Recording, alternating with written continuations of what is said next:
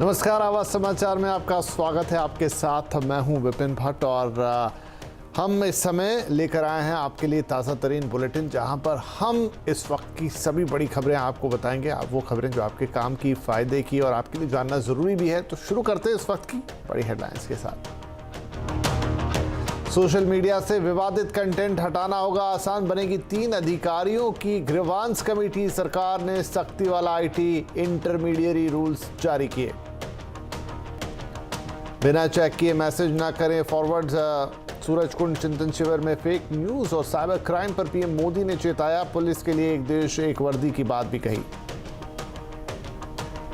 Cyber attack के हालात में भी नहीं रुकेगी एक्सचेंज पर ट्रेडिंग, सेबी कर रहा है। बीएसई और एनएसई के साथ मिलकर नए सिस्टम पर काम।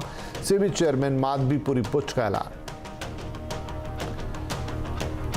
नवंबर एक्सपायरी के पहले दिन बाजार में दायरे में रहा कारोबार। ऑटो एनर्जी इंफ्रा शेयरों में आज रही खरीदारी। मेटल फार्मा आईटी शेयरों में बिकवाली का था दिन। सेंसेक्स 200 तो निफ्टी 50 पॉइंट चढ़कर हुए बंद। टॉप अधिकारियों को हटाने के साथ एलन मस्क ने पूरा किया ट्विटर का टेक ओवर। सीईओ पराग अग्रवाल और सीएफओ हुए बाहर। मस्क ने ट्वीट कर कहा, चिड़िया अब आजाद। यूक्रेन पर परमाणु अटैक का नहीं इरादा। रूसी राष्ट्रपति पुतिन ने दी सफाई। द स्वतंत्र विदेश नीति के लिए प्रधानमंत्री मोदी की जमकर तारीफ। शुरुआत करेंगे बड़ी खबर के साथ। सोशल मीडिया कंपनियों पर शिकंजा कसने के लिए आईटी मंत्रालय ने आईटी इंटरमीडिएटरीज रूल 2022 को नोटिफाई कर दिया है। अब 3 सरकारी अधिकारियों की ग्रीवांस अपीलेट अथॉरिटी बनाई जाएगी। सोशल मीडिया कंपनियों के ग्रीवांस अधिकारी की कंटेंट हटाने की अपील को नामंजूर करने के बाद कोई भी व्यक्ति ग्रीवांस अपीलेट कमेटी के सामने अपील कर सकेगा। सोशल मीडिया कंपनियों को कमेटी का आदेश मानना होगा। डिटेल लेते अपने संवाददाता असीम मनचंदा से। तो असीम, ये जो नए नियम आए हैं ये क्या कहते हैं और ये सोशल मीडिया पर किस हद तक कड़े साबित होंगे? देखिए, सरकार जो है सोशल मीडिया कंपनियों की जवाबदेही जो है वो तय करना चाहती है। अभी कोई भी यूजर जो है कंप्लेंट करता है तो सोशल मीडिया उसकी कंप्लेंट के ऊपर कोई भी कार्रवाई जो है वो नहीं करती है, लेकिन सरकार ये चाहती थी कि इसके ऊपर कार्रवाई हो। तो इसके लिए सरकार जो है आईटी इंटरमीडिएटरीज रूल 2022 जो है वो लेकर के आई है। इसके तहत अगर अब 3 अधिकारियों की ग्रीवियंस अपीलेट अथॉरिटी जो है वो बनेगी। इसके कोई भी यूजर जो है पहले यूजर्स को जो कंपनी की ग्रीवियंस अधिकारी के सामने कंप्लेंट जो है वो करनी पड़ेगी। अगर ग्रीवियंस अधिकारी उसके कंप्लेंट के ऊपर कोई कार्रवाई जो नहीं करता तो यूजर के पास एक अधिकार होगा कि वो इस कमेटी के सामने जो है अपनी कंप्लेंट जो कर सके। तो कमेटी जो है 30 दिन के अंदर उस कंप्लेंट के ऊपर फैसला जो है देगी। तो इस कमेटी का आदेश जो है सोशल मीडिया कंपनियों को मानना होगा। तो कुल मिलाकर के कोई भी कंटेंट जो है उसको हटाने का अधिकार जो है इस कमेटी के सामने जो है वो रहेगा। यानी कि उपभोक्ता जो है वो काफी सशक्त जो है होने जा रहा है। सरकार के पास ज्यादा अधिकार होंगे कि वो किसी भी सोशल मीडिया कंपनी को कह सके कि इस कमेटी ने रिकमेंड किया है, आप इसको हटाइए। अगर वो कमेटी जो है नहीं हटा, अगर वो इंटरमीडिएटरीज जो है वो उसको कंटेंट को नहीं हटाती है तो सरकार के पास उसका इंटरमीडिएटरीज के ऊपर कार्रवाई करने का अधिकार जो है वो भी होगा। जी, तो इसका मतलब है कि यहाँ पे काफ़ी सशक्त होने जा रहा है ये पूरा का पूरा कानून। तो अभी ये नियम क्या किस तरीके से लागू होंगे, क्या डेडलाइन है, क्या इस पर किसी की राय मांगी गई है, यहाँ से आगे का रोड मैप क्या होगा? सी देखिए, सरकार ने 6 जून को इसके लेकर के एक ड्राफ्ट जो जारी किया था और इस पर सभी पक्षों की राय जो है वो मांगी थी। उसके बाद एक ओपन हाउस जो हो भी किया जहां पर सभी सोशल मीडिया कंपनियों ने नए नियमों का विरोध जो है वो किया था, लेकिन सरकार जो है इस नियमों को लागू जो है वो करना चाहती है। अब सरकार ने इनको पूरी तरह से नोटिफाइड जो है वो कर दिया। तो अगले 90 दिनों के अंदर अंदर सरकार जो है कमेटी जो है बना देगी, जिसमें कि एक चेयरमैन होगा और 2 मेंबर जो है वो होंगे। क्योंकि बहुत सारे यूजर्स और बहुत सारा कंटेंट आता है तो हो सकता है कि सरकार जो है मल्टीपल अथॉरिटीज जो है वो भी बनाए ताकि अलग अलग कंटेंट को वो डील कर सके। तो इसको लेकर के सरकार की तैयारी जो है पूरी है। अगले 10 दिन के अंदर सरकार जो है इस कमेटी के मेंबर्स और चेयरमैन को वो भी नोटिफाइड जो है वो कर देगी। और उसके बाद यूजर अगर उसको लगता है कि कोई कंटेंट ऑब्जेक्शनेबल है, वो देश की अखंडता प्रभुता को टच जो है वो करता है, हर्ट करता है, या किसी की रिलीजियस सेंटिमेंट को हर्ट करता है, तो वो उसके खिलाफ कंप्लेंट जो है वो कर पाएगा। और ये कमेटी जो उसके ऊपर कार्रवाई करते हुए सोशल मीडिया कंपनी को निर्देश देगी कि आप इस कंटेंट को जो है हटाइए। चलिए, तो इसका मतलब अब ये है कि सोशल मीडिया जो कि काफ़ी हद तक अभी सेल्फ कंट्रोल में था, वहाँ पर अब एक टिपिकल कंट्रोल आएगा। एक कमेटी के ज़रिए सरकार इसको देखेगी और कोई भी यूज़र अगर शिकायत करता है किसी पर्टिकुलर चीज़ के लिए, किसी पर्टिकुलर कंटेंट के लिए, अगर कंपनी नहीं सुनती है तो फिर वो इस कमेटी के पास जा सकता है और इसके रिकमेंडेशन मानना आप कंपनियों को के लिए ज़रूरी होगा, नहीं तो उसके ऊपर सरकार के हाथ में ये प्रावधान होगा कि वो कड़ी कार्रवाई इन कंपनियों के खिलाफ कर सकती है। तो बड़े बदलाव होने जा रहे हैं सोशल मीडिया में, कितना बदल जाएगा इससे सोशल मीडिया, इस पर और विस्तार में चर्चा होगी। लेकिन फिलहाल के लिए बहुत शुक्रिया असीम आपका इस इंपॉर्टेंट खबर पे अपडेट देने के लिए। तो इन दिनों social media, cyber security, cyber crime, इसकी बहुत ज़्यादा चिंता हो रही है, बातचीत हो रही है, चिंतन हो रहा है। इधर सूरजकुंड में के चिंतन शिविर में प्रधानमंत्री मोदी ने भी आज इस तरह की बातें की, जहां उन्होंने फेक न्यूज़ और साइबर क्राइम के ऊपर अपनी चिंताएं व्यक्त की। इसके अलावा उन्होंने वैसे तो एक देश एक वर्दी पर भी अपनी बातें कही हैं। उन्होंने सम्मेलन में आए राज्यों से गृह मंत्रियों से कहा कि उन्हें इस बारे में सोचना चाहिए कि कैसे पूरे देश में पुलिस की वर्दी एक हो सकती है। इसके अलावा जैसा हमने कहा कि प्रधानमंत्री ने फेक न्यूज़ को लेकर बहुत सावधान रहने की बात कही। उन्होंने जनता से अपील की कि वो कोई भी बिना चेक किया हुआ मैसेज, बिना फैक्ट चेक के सीधे आगे फॉरवर्ड ना करें। एक छोटी सी फेक न्यूज पूरे देश में बड़ा बवाल खड़ा कर सकती है।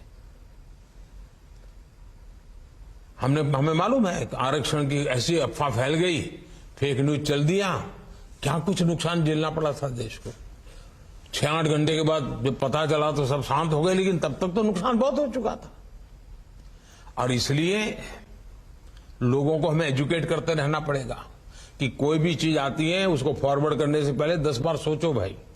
कोई भी चीज आती है उसको मानने से पहले जरा वेरीफाई करो, और सारे प्लेटफॉर्म पर वेरिफिकेशन की व्यवस्था होती है। एक और विषय हमारे देश की पुलिस के लिए महत्वपूर्ण है। जैसे आज देश में one nation one ration card की व्यवस्था बनी है, one nation one mobility card की व्यवस्था हो रही है, वन नेशन वन ग्रिड बना है, one nation one sign language बनी है, वैसे ही one nation one police uniform. हाँ, उस राज्य का एक टैग हो सकता है, उस राज्य का एक नंबर हो सकता है, लेकिन पहचान कॉमन बने, इस पर सोचा। मैं एक विचार के रूप में रख रहा हूं, न मैं कहीं आपसे आग्रह भी करता हूं, मैं सिर्फ एक विचार रखता हूं और इस विचार पे चर्चा कीजिए। कभी ठीक लगे, 5 साल 50 साल 100 साल के बाद भी उपयोगी लगेगा तो जरूर देखिए। अब साइबर अटैक के दौरान भी स्टॉक एक्सचेंज का काम नहीं रुकेगा। मार्केट रेगुलेटर सेबी, एनएससी और बीएसई के साथ मिलकर एक सिस्टम डेवलप कर रहा है जिससे साइबर हमले के खतरे से निपटा जा सकेगा। ये जानकारी आज सेबी चेयरपर्सन माधवी पुरीपुच ने दी। वो IIM बेंगलोर के कार्यक्रम में बोल रही थी। सेबी चेयरपर्सन ने बताया कि नए सिस्टम में एक एक्सचेंज पर मौजूद क्लाइंट का डेटा, ट्रेड डेटा दूसरे एक्सचेंज के सर्वर पर भी स्टोर किया जाएगा। इससे साइबर अटैक की स्थिति में भी मार्केट के काम पर असर नहीं पड़ेगा। इस सिस्टम के मार्च तक शुरू हो जाने की उम्मीद है। We've actually gotten our 2 biggest exchanges to have in place a mechanism, and this is work in progress now. I think we'll go live by about March of next year, where you're now mitigating against software risk.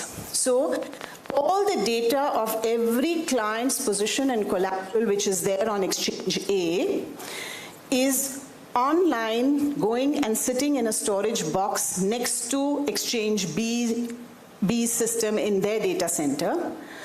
If exchange A goes down, and if SEBI determines that this is on account of software attack, meaning a cybersecurity attack, and it's not going to be possible for their DR site to come up in time, SEBI will press the button for that data to be uploaded into exchange B's system, their software. Okay? And now every participant in the market can operate on exchange B as though he was operating on exchange A. This has never been done anywhere in the world, and we will be the first to do this. चलिए अब कुछ बाजार और नतीजों की बात कर लेते हैं। आज मारुति ने दूसरी तिमाही के शानदार नतीजे पेश किए। साल दर साल में कंपनी के मुनाफे में 4 गुना से ज़्यादा की बढ़ोतरी हुई है और ये 2061 करोड़ के पार चला गया है। कंपनी ने 7 क्वार्टर के सबसे बेहतरीन मार्जिन भी पेश किए हैं। कंपनी की आय भी 45% से ज़्यादा बढ़कर करीब 30,000 करोड़ पर पहुँच गई है। कंपनी का स्टैंड अलोन एबिटा भी 885 करोड़ से बढ़कर 2769 करोड़ पर चला गया है। कंपनी मैनेजमेंट का कहना है कि उनके पास इस वक्त 4 लाख से ज्यादा कारों की ऑर्डर बुक है।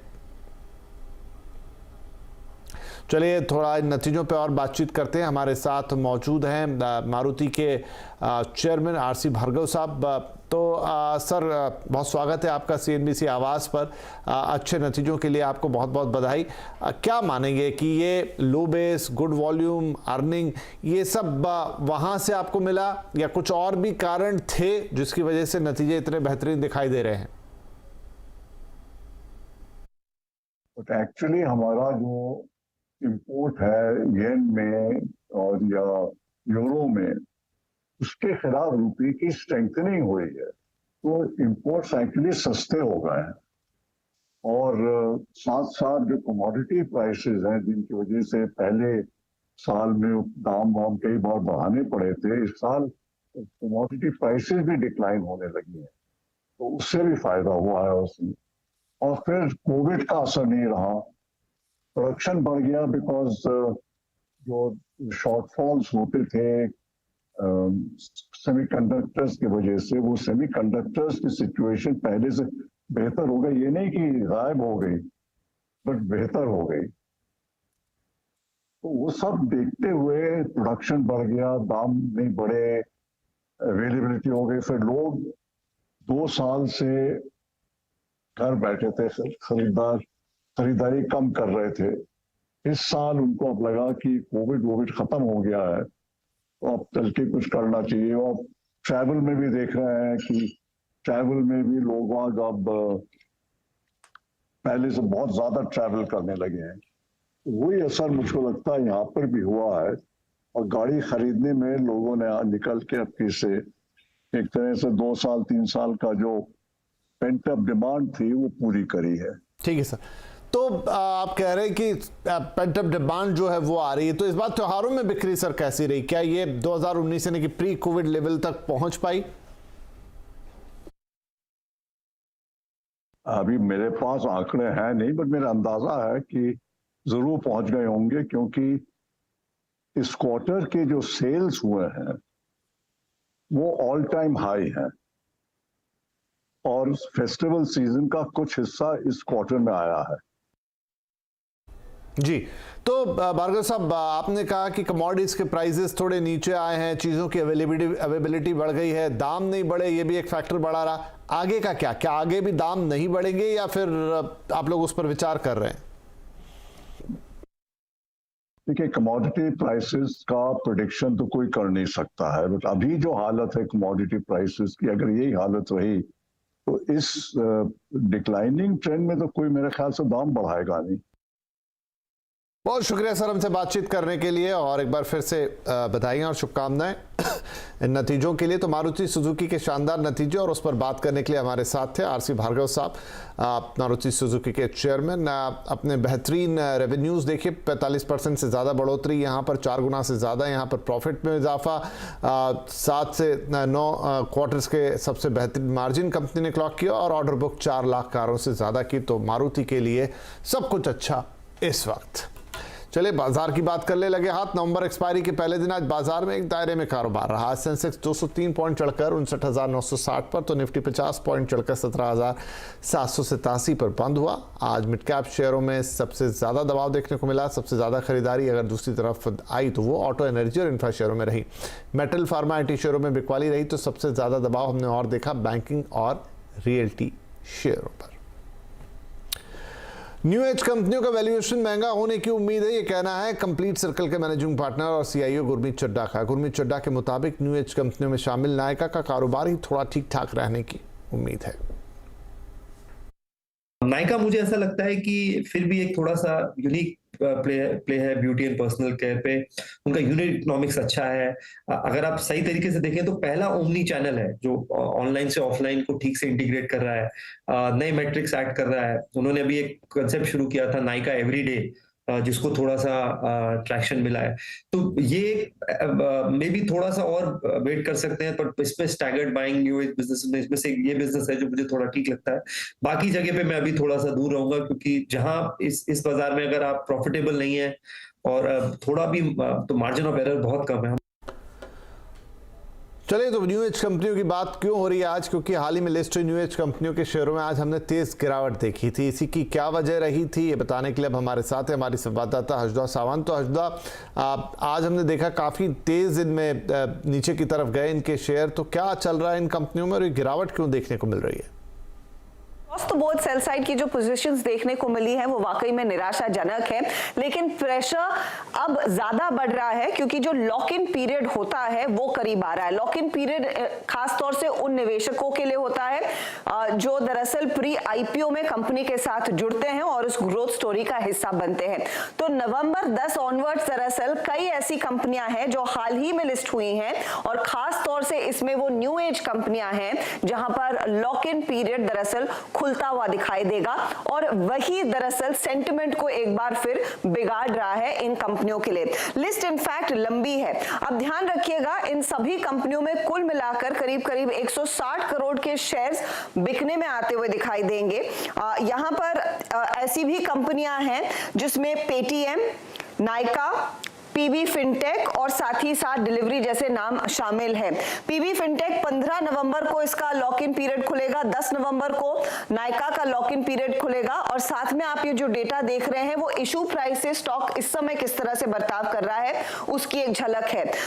डिलीवरी में करीब 27% तक की गिरावट इशू प्राइस की तुलना में देखने को मिली है। 24 नवंबर को इसका लॉक इन खुलता हुआ दिखाई देगा और ऑफ कोर्स हमने देखा है पेटीएम में भी जो लॉक इन खुलेगा वो लगभग 18 नवंबर की तारीख फिक्स्ड है, लेकिन ये स्टॉक अपनी इशू प्राइस जो 2150 रुपए के आसपास थी उसकी तुलना में इस समय पेटीएम 70% के डिस्काउंट या फिर नुकसान में कारोबार करता हुआ दिखाई दे रहा है। अब कितने स्टॉक्स दरअसल मार्केट में आएंगे? 160 करोड़ के शेयर दरअसल बाजार में बिकने में आएंगे। इन 4 कंपनियों की हम बात कर रहे हैं इस समय। साथ ही साथ वो कौन से निवेशक हैं जो दरअसल एग्जिट ले सकते हैं या फिर बेच सकते हैं अपना हिस्सा? तो इसमें private equity investors, venture capitalist और साथ ही साथ प्री आईपीओ के आसपास जो निवेशक अतिरिक्त जुड़े थे वो दरअसल अपना हिस्सा बेचने के लिए आ सकते हैं, उनके लिए लॉक इन पीरियड खुल रहा है। तो कुल मिलाकर 87,000 करोड़ के शेयर बाजार में बिकने के लिए आ सकते हैं। ध्यान रखिएगा, इन 3-4 कंपनियों ने मिलकर करीब करीब 34,000 करोड़ का कुल इशू साइज सामने बाजार में लाया था, तो उतनी रकम इन्होंने जुटाई थी, लेकिन 87,000 करोड़ के शेयर्स यहां पर अब बिकते हुए दिखाई देंगे। खास बात यह है कि इन कंपनियों के लिए कुछ ऐसी कंपनियां हैं जहां पर जो एग्जिट होगा या लॉक इन पीरियड होगा थोड़ा सा शेयर होल्डिंग कम है। स्पेशली नायका के केस में 34% ऑफ शेयर होल्डर्स अपना हिस्सा बेचते हुए दिखाई देंगे। लेकिन 3 कंपनियां जिस पर ज्यादा संदेह है या फिर जिस पर ज्यादा दबाव देखने को मिल रहा है उसमें पेटीएम है, आपका पीबी फिनटेक है और डिलीवरी है। इसमें लगभग 80 से 85% शेयर होल्डर्स अपनी लॉक इन पीरियड से बाहर निकलते हुए दिखाई देंगे, तो उनकी तरफ से प्रेशर आ सकता है। और सबसे बड़ी चीज इन तीनों कंपनियों में एक जो कॉमन फैक्टर है कि सॉफ्ट बैंक 10% तक का हिस्सा उन 3 कंपनियों में होल्ड करती है। तो ऐसे में सवाल यही है कि सॉफ्ट बैंक पर जिस तरह का दबाव बन रहा है, क्या वो इस लॉक इन का फायदा उठाकर एग्जिट करते हुए दिखाई देंगे? यही एक ओवरहैंग है जो इस समय इन स्टॉक्स पर भारी पड़ रहा है। आपको याद होगा जुलाई में जोमैटो का लॉक इन खुला था और वो स्टॉक दरअसल लॉक इन खुलने से पहले करीब 41% वैसे भी करेक्ट हो गया था और अब ये करेक्शन इन कंपनियों में शुरू हो चुका है जहां पर लॉक इन दरअसल 10 नवंबर ऑनवर्ड्स अलग अलग डेट्स पर खुलता हुआ दिखाई देगा। तो ये था पूरा ताना बाना अंदर की बात, क्यों गिरावट है इन न्यू एज कंपनियों के शेयरों में और आगे क्या इंपैक्ट आएगा लॉक इन खुलने के बाद। बहुत शुक्रिया हर्षदा इस अपडेट के लिए। लेकिन एक आईपीओ बाजार में और तैयार है। मेदांता हॉस्पिटल चलाने वाली कंपनी ग्लोबल हेल्थ का आईपीओ 3 नवंबर को खुलकर 7 नवंबर को बंद होगा। कंपनी की योजना इशू से करीब 2205 करोड़ रुपए जुटाने की है। क्या करेगी कंपनी इस रकम का और क्या है इसकी आगे की योजना है, इस पर बात की हमारे सहयोगी यतिन मोता ने कंपनी के सीएमडी नरेश त्रेहान से। हमारे प्रिंसिपल, गाइडिंग प्रिंसिपल क्या है कि वो क्वालिटी है जो मैदानता रिप्रेजेंट करता है, वही जो इंटेग्रिटी है हमारी, जो हम बिल्कुल साफ काम करते हैं, वही वहां पे ले जाना, ये हमारे गाइडिंग और हाईएस्ट एंड ऑफ मेडिसिन होनी चाहिए। सही, तो हमें कोई ये वो नहीं है कि यहां नहीं जाना या वहां नहीं जाना, हमें वहां जाना है जहां पे नीड है और सर्विसेज क्रिएट की जा सकती हैं या अवेलेबल है जिनको इंप्रूव किया जा सकता है या कोई पार्टनरशिप करी जा सकती है, तो ये सब मॉडल्स को देखा जा रहा है। पर जहां जहां हमने देखा कि इस मॉडल में कोई क्लीन नहीं है, वो कहते जी हम मैनेज कर लेंगे या किसी को कुछ कर देंगे या इधर मना लेंगे, उनसे हम अवॉइड करना चाहते हैं, क्योंकि वो फिर मेडिसिन नहीं है, वो फिर बिजनेस ही है कि किसी तरह कर लें, वो नहीं हम करना चाहते। हम करना चाहते हैं कि साफ सुथरा काम हो, क्योंकि पेशेंट को भी ये होना फीलिंग होनी चाहिए कि भाई यहाँ पे ऑनेस्ट मेडिसिन मिलती है। ये हमारा जो हमने ब्रांड एस्टैब्लिश किया है मेदांता का अंडर ग्लोबल हेल्थ, वही ब्रांड को हम बहुत मतलब जेलसली प्रोटेक्ट करते हैं। चलिए अब बात करेंगे ट्विटर की। कई नाटकीय उतार चढ़ाव के बाद आखिरकार एलन मस्क ने ट्विटर को खरीद ही लिया है। ट्विटर के पूर्ण अधिग्रहण के बाद मस्क ने छोटा सा ट्वीट किया और लिखा द बर्ड इज फ्रीड, यानी चिड़िया अब आजाद है। लेकिन मस्क ने ट्विटर की चिड़िया के साथ साथ कंपनी के सीईओ पराग अग्रवाल, सीएफओ नेट सीगल और लीगल हेड विजय गड्डे को भी कंपनी से आजाद कर दिया। अब मस्क ट्विटर को अपने अंदाज में चलाएंगे। उन्होंने अपना ट्विटर स्टेटस पर खुद का जो बायो है उसमें लिखा है चीफ ट्वीट। मस्क पहले भी कई बार अपने इरादे जाहिर कर चुके हैं कि वो ट्विटर को एक ओपन प्लेटफॉर्म बनाना चाहते हैं जहां सब कुछ किया जा सके। इसके अलावा फ्री स्पीच को बढ़ावा देने की बात करते हुए वो तमाम बैंड अकाउंट्स को फिर से एक्टिव कर सकते हैं। वेलकम बैक, आप देख रहे हैं आवाज समाचार। रूस के राष्ट्रपति व्लादिमीर पुतिन ने भारत के प्रधानमंत्री नरेंद्र मोदी की जमकर तारीफें की है। उन्होंने कहा है कि पीएम मोदी बड़े देशभक्त हैं और अपने देश की स्वतंत्र सोच को आगे बढ़ाने में सक्षम है। भारत पर अंतर्राष्ट्रीय प्रतिबंध लगाए जाने की कोशिशों के बावजूद एक आइस ब्रेकर की तरह उन्होंने भारत के हित के लिए उसी दिशा में सफर को जारी रखा। It attracts general respect from everyone in the world. A lot has been done throughout the recent years under Prime Minister Modi's leadership. He is a true patriot of his country. And this concept of his, do it in India, it is a significant effort, and India has done a lot. And it really has progressed in its development, and great future lies ahead of it. And it's not only the largest democracy in the good sense of this word. आस्था के वहां पर छठ पूजा का आरंभ आज से हो गया। नहाय खाए के साथ छठ पूजा की शुरुआत की गई। वहीं सप्तमी तिथि के दिन यानी कि 31 अक्टूबर को उगते सूर्य को अर्घ्य देकर व्रत का समापन होगा। छठ के दौरान महिलाएं लगभग 36 घंटे का व्रत रखती हैं और छठी मैया और सूर्यदेव की पूजा अर्चना करती हैं। पूर्वी उत्तर प्रदेश, बिहार और झारखंड में छठ का महापर्व बड़े ही धूमधाम से मनाया जाता है। इधर अपने परिवार के साथ छठ पर घर जाने की बहुत मारामारी रही, लेकिन स्टेशन पर पैसेंजर को परेशानी ना हो इसके लिए दिल्ली में खास इंतजाम किए गए हैं। दिल्ली के से विशेष ट्रेनें चलाई जा रही हैं। हमारी संवाददाता दीपाली नंदा खुद स्टेशन पर पहुंची और उन्होंने इसका जायजा लिया। छठ का मौका है और इस वक्त मैं मौजूद हूँ नई दिल्ली रेलवे स्टेशन पर, जहां से छठ के मौके पर लाखों गाड़ियां बिहार की ओर जाती हैं। अगर कोविड के पिछले 2 सालों को छोड़ दिया जाए तो इस जगह पर इस वक्त तक छठ के 1 से 2 दिन पहले तक मारामारी रहती थी, लेकिन आप देख सकते हैं इस बार का नज़ारा बिल्कुल अलग है। आखिर क्यों? यहाँ पर आप देख सकते हैं कि रेलवे की तरफ से खास इंतजाम किए गए हैं उन यात्रियों के लिए जो छठ के मौके पर बिहार और झारखंड की ओर जाना चाहते हैं, अपने गांव, अपने शहर इस मौके पर जाना चाहते हैं। सामने आप देख सकते हैं यहाँ पर 7 से 8 अनरिजर्व टिकट काउंटर बनाए गए हैं, यानी यहाँ पर जो यात्री आ रहे हैं बिहार और झारखंड की तरफ जाने के लिए वो इधर आ सकते हैं, अनरिजर्व टिकट काउंटर से टिकट खरीद सकते हैं और रेलवे जैसे ही यहाँ पर 1 से 1.5 कटाता है एक स्पेशल गाड़ी चलाई जाती है अनरिजर्व्ड कैटेगरी में। यही वजह है, ये बहुत बड़ा कदम है जो इस बार छठ के मौके पर रेलवे ने उठाया है, और जिसकी वजह से यहाँ पर आपको मारा मारी नहीं दिखाई देगी, भीड़ भाड़ लोगों की नहीं दिखाई देगी। चलिए, तो विशेष इंतजाम यहाँ लोगों के घर जाने के लिए, और यही छठ का महापर्व की जिसे कहते हैं कि एक उत्साह भी है, लोग अभी भी जा रहे हैं। 4 दिन का ये पर्व है, तो जब पहुंचे तब पर्व की शुरुआत। बहुत शुभकामनाएं आपको भी छठ महापर्व की। और इसी के साथ हम आपसे लेंगे इजाजत। बने रहिए CNBC आवाज के साथ। खबरें यहाँ एक से एक बढ़कर आपके लिए दिलचस्प हैं, और हमारे सोशल मीडिया प्लेटफॉर्म पर बस एक क्लिक से आप कोई भी अपडेट, कोई भी रोचक जानकारी तुरंत प्राप्त कर सकते हैं। नमस्कार।